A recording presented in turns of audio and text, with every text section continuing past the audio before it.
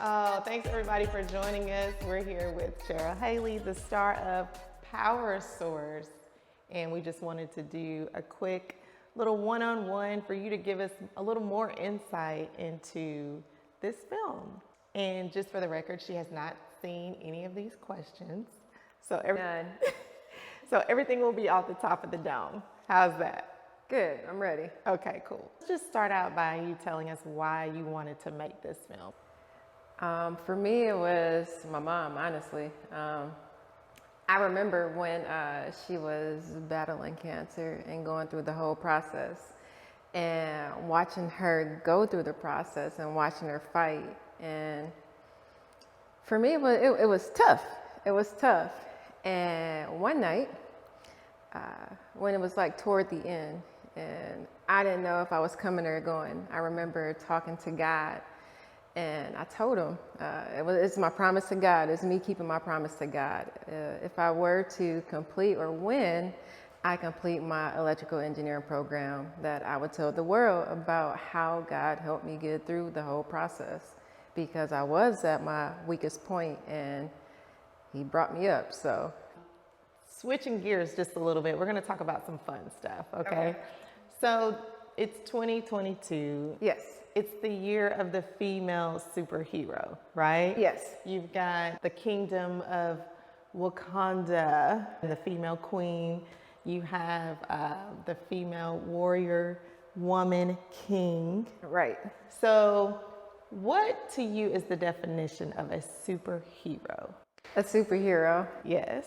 Someone who's able to use their powers in a good way to help others, honestly. It can be man or woman, but them using their powers for good. Okay, do you feel like a female superhero? Absolutely. Okay. Every day. Okay. I love it. My son believes I'm a superhero, so. And that's all that matters. Yes. Awesome. Something that we saw in this film is a lot of changes to your hair. Yes. Yes? Yes. So we saw you in the braids. Yes. We saw you in a short bob that was kind of straight. We saw you in the natural, kinky, curly, short afro curls. Yes. So I'm a black woman with natural hair. You're a black woman with natural hair. So I get it. I know why it changes like that. But for all of those who may not be as in tune, explain why maybe your hair changes as much as it does. For me, my hair is a representation of me. I embody everything about myself. I love myself. So through each phase, it's me changing. The braids, it's me. This is solely me. I enjoy the braids because I work out a lot. So it's simple, it's easy, it's the get up and go. And I just enjoy that you have the variety to change your hair, or I have the option to change my hair whenever I want. And it's a reflection of me. Like, I embody every hairstyle. I like it. Well, it's beautiful. Let me just say that. And I love it too. I love to switch it up and just play with it some days. I did want to talk a little bit about when you cut your hair. I know we have a photo of that when you're in the shampoo bowl, freshly cut. Tell me more about what's symbolic about the cutting of the hair. When I cut my hair, it was for my mom. Her and I agreed that cutting our hair was one of the things we were going to do when she was battling chemo. So that was me keeping my promise to my mom.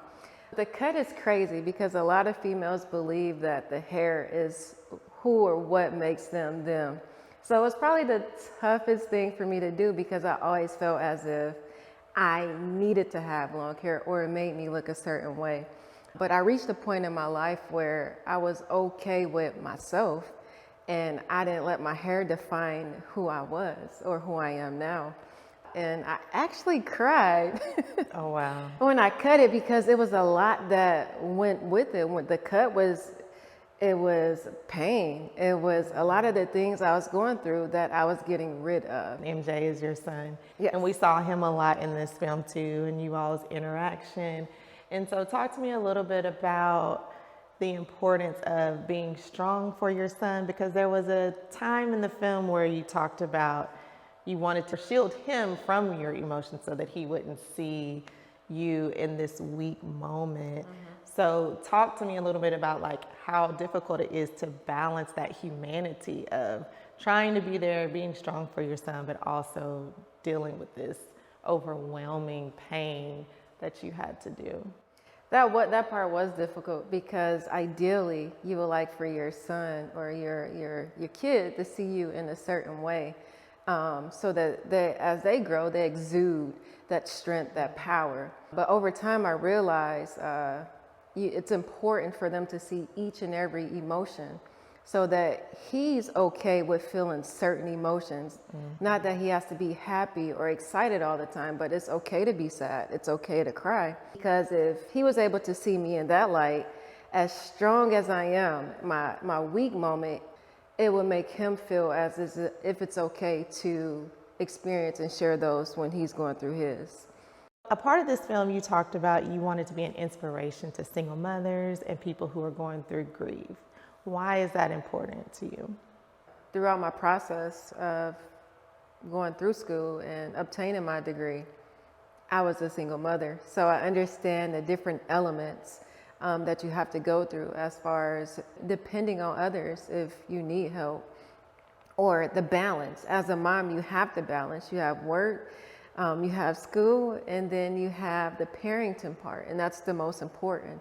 So being able to balance, I could actually relate to someone who's going through it or who's ready to give up because they don't have the support. Sometimes you want to give up, Right. because you don't feel like you have the support or the friends or the key elements you need or key things you need to get you through. So that's why I wanted to focus on single moms. And then grief, because that was probably the toughest thing I've ever dealt with in my life. Sometimes you don't think people or others understand because they haven't experienced that type of grief. So it's grief overall. It's different stages, and I want to encourage anyone who's dealing with grief that it's okay to grieve, but it's what you do after. Oh, so what do you do after? What comes after grief? After grief, living in the moment, enjoying the moments, because I know for a fact my mom would want me to enjoy every single moment because she lived life while she was here. Loving on your family, and then just being the best version of you, whatever that is in life. If it's accomplishing goals, if it's setting goals, or if it's whatever it is you want to do, whatever it is you put your mind to, just do it. Don't let anything hold you back. So I'm going to ask you the question all the single guys out here want to know. So that's the question. Are you single? Oh gosh. Next question. See, I told you she hadn't seen any of these. No, play. No, I'm not. No, you're not. Okay. So the name of this film is Power Source, right? You work at a electric power company. Yes. One of the 12th largest, I think, in the nation. Yes, one of the best in the nation. Okay. You know, you talked about the source of your strength was your mom. How do you recharge now? Who is involved in that circle of support for you? So my circle is very small. I can't even lie. But it consists of my family and friends. My coworkers actually play a huge role as well. Mm-hmm. They really helped me throughout the engineering program because the areas where I was not familiar with or I didn't feel too comfortable, they helped bring that out of me. As far as my family, my sister and my dad. My sister now is like my mom. It's crazy, but she's still my sister.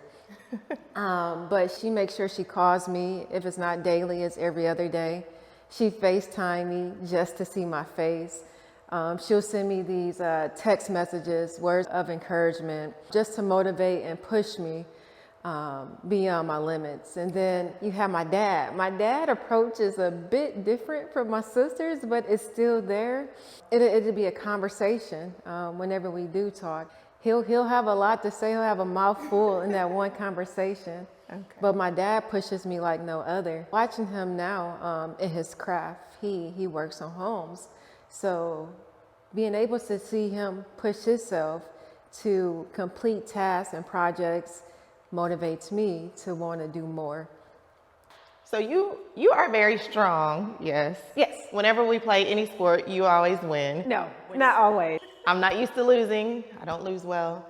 But no, you're an extreme competitor. I admire you. I really appreciate your competitive nature and your strength. Where does that come from? Like, have you always been super athletic? What makes you so into fitness and working out and being the best and beating everybody?